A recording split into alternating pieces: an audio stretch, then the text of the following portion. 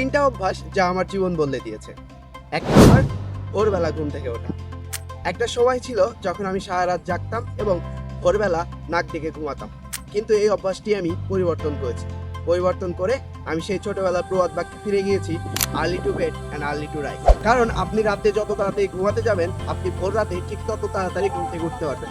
তারপরে আপনি এমন একটি সময় পাবেন যেখানে আপনি এক নাগারে ডিপ ওয়ার্ক করতে পারবেন। সো এই অভ্যাসটি আপনি ট্রাই করে দেখতে পারেন। নাম্বার 2, প্রতিদিন কমপক্ষে 10 মিনিট করে বই পড়া। আমি চেষ্টা করতাম একটা সময় প্রতিদিন নতুন কোনো না কোনো কিছু শেখার। সেই শেখার থেকে আমি চেষ্টা করলাম প্রতিদিন অন্তত 10 মিনিট হলেও একটি করে বই পড়া। এতে করে কি হয়েছে, আমি প্রতিদিন অন্তত 10 মিনিট নতুন কোনো কিছু শেখার সুযোগ পাচ্ছি। আমি বই পড়ে নতুন কিছু শিখছি অথবা নতুন কোনো কিছু অনুধাবন করছি। আপনিও এই অভ্যাসটি চেষ্টা করে দেখতে পারেন। নাম্বার 3, প্রতিদিন নিজেকে 10 মিনিট একা সময় দেওয়া। একটা সময় ছিল আমি যখন সবাইকেই সময় দিতাম কিন্তু নিজেকে সময় দিতাম না। ঠিক সেই সময় আমি চিন্তা করলাম নিজেকে প্রতিদিন একটু একা সময় দেওয়া উচিত। সেই চিন্তা থেকেই আমি প্রতিদিন নিজেকে 10 মিনিট সময় দিলাম। ওই সময়টাতে আমার কি হলো, আমি নিজেকে নিয়ে বেশি ভাবতে পারলাম, আমি নতুন কিছু উদ্ভাবন করতে পারলাম, নতুন নতুন আইডিয়া জেনারেট করতে পারলাম, কিংবা আমি আমার ভুলগুলো সংশোধন করে নতুনভাবে সেগুলো শুরু করতে পারলাম।